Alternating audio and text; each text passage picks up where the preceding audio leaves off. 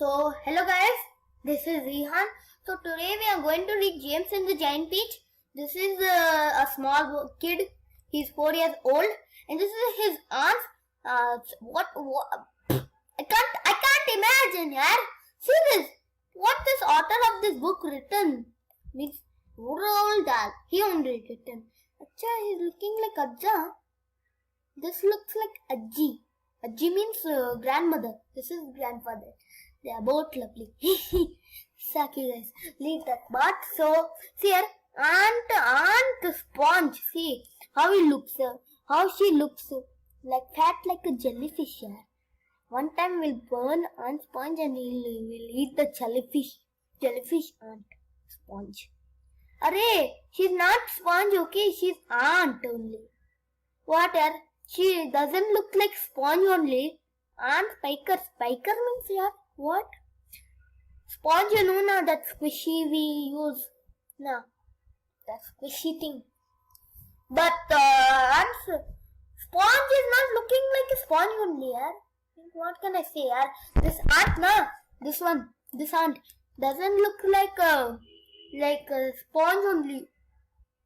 Hey, really, she's sponge because her tummy, she become like a bigger, like a jellyfish. Okay. Aunt Spiker looks like a pencil, yaar. One time I'll grab this Aunt Spiker, right? Hi, Aunt Spiker. I am taking your pencil and putting on the water. Aunt Spiker will see, she'll be scared. Just joking. This is correct, yaar.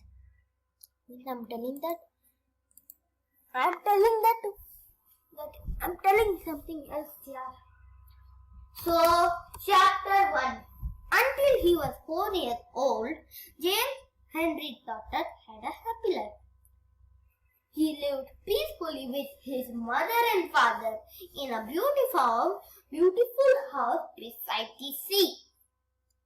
There were always plenty of other children for him to play with, and there was the sandy beach for him to run about on and the ocean to tide in. It was the perfect life for a small boy. Okay? Then one day, James's mother and father went to London to do some shopping. And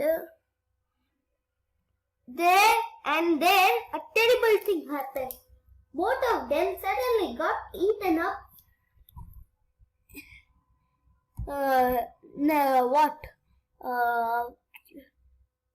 Terrible thing happened. Both of them suddenly got eaten up in full daylight,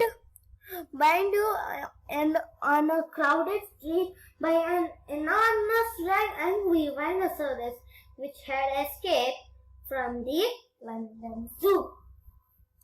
Now, this, as you can well imagine, was a rather nasty experience for two such a gentle parents, but in the long run, it was far nastier for James. Then it was the long run, for them. Their troubles were all over in a jiffy. They were dead and gone in 35 seconds flat. Poor James, on the other hand, was still very much alive.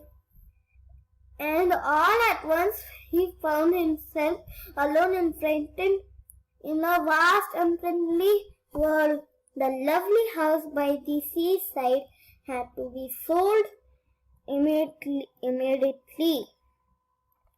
And the little boy, carrying nothing but a small suitcase containing a pair of pajamas, a toothbrush, was sent away to live with his two aunts. Their names were Aunt Sponge and Aunt Spiker, and I am sorry to say that they were both really horrible people. They were selfish and lazy and cruel, and right up from the beginning, they started beating poor James for almost no reason at all. They never called him by his real name, but always referred to him as you gusting little beast, or you plain unusual, or you miserable creature, okay? And they certainly never gave him any toys to play with or any picture books to look at.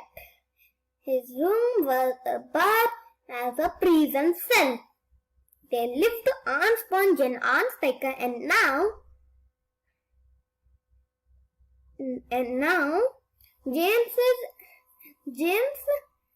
James as well, in a queer ramshackle house on the top of the hill in the south of England. The hill was so high that from almost anywhere in the garden, James could look down and see for miles and miles across a marvelous landscape of woods and fields. Fields means fields.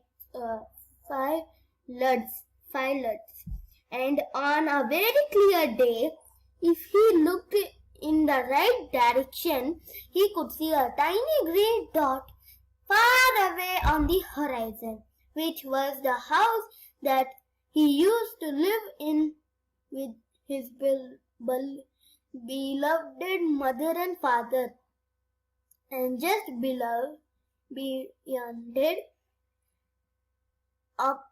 that he could see the ocean itself, a long thin streak of blackish blue like a line of ink beneath the rim of the sky. But James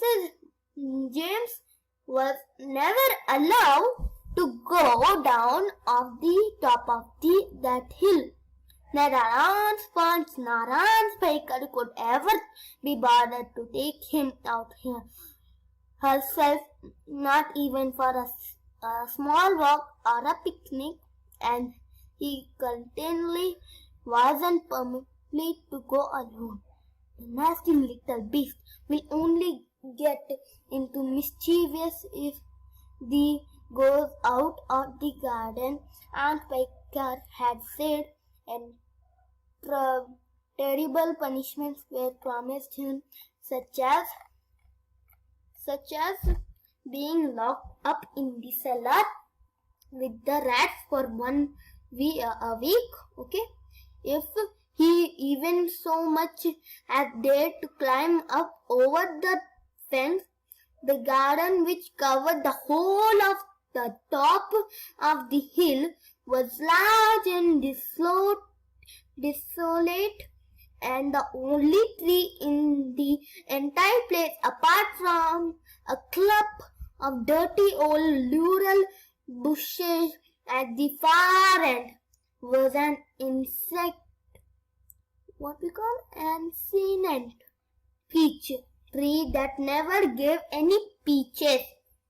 There was no swing, no seesaw, no sandpit, and no other children were ever invited to come the hill to play with poor James. There wasn't so much as a dog or a cat around to keep him company, and as time went on, he became sadder and more lonely, and he used to spend hours every day standing at the bottom of the garden, gazing wistfully at the lovely but forbidden world of woods and lights and ocean that was spread out below him like a magic carpet. Okay, next video we'll read this chapter 2. We'll read this in next video. So thank you for watching this video. If you like this video, please subscribe, and please press the bell icon that you will see that bell icon now. When you subscribe my channel, you can see some bell, okay? Bell. Just tap on that, okay? You can see all the options. Press all. If I upload a video, if I come in live, the notification will come. If you see that video, I'll be appreciated. Okay, guys? Okay? Bye. And please subscribe also, guys. Okay? Bye-bye.